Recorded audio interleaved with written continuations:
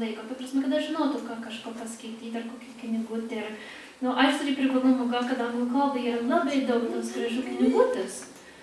Bet, o gal kas žino, konkrečiai, gal jūs turit gerų patyrimų vaikams, kokį knygutį skaityti, kokį, pripamaldus šalia Bibliją, ar lengvai knygos tokie veikiški, kažkokie pamaldėlės, kažkokie, ką jums namuose, ką jūs rekomenduotų kitiems.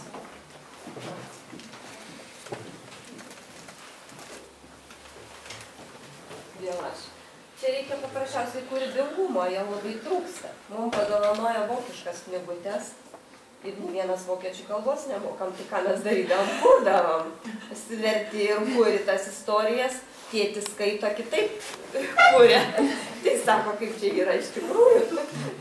Bet, žodžiu, gali net ir būti angliškos tos knygutės, kad ir nesupranti. Žinok, istorijas yra galingi dalyko. Aš mėgstu su vaikus, kuo mes dirbam, kažką drabužius lankstum ar kažką, aš dažnai jam istorijas pasakoju.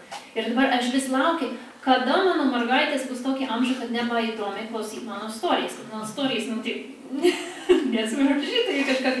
O žinot, kaip virto klasėje dar prašas ir prašas. O aš turiu istoriją, kuri išseniai vis kalba apie dvi mergaitės. Viena Milda, viena Marija, viena tokia išdykę negerą vaiką, kitas labai geras. Ir mes vis lyginam. Ir žinai, aš stebė savo vaikas. Turim problemą, sakyk, su dėkingumu, turim problemą su žaislų dalinama, turim problemą su, kad nešypsam sveikinai žmonės, kaip priklauso. Kokie ten būtų, žinai, iš vaikų. Va ir tą vakarą mes būtent istorijas apie to mergaitės. Va šitą taip elgės, šitą taip elgės. Tada mes kalbam. Ir iš tikrųjų, per istorijas gali labai, daug ką pasakyti vaiką. Ir jom įdomiai klausyti. Gerai. O... Čia sušaulė, tada.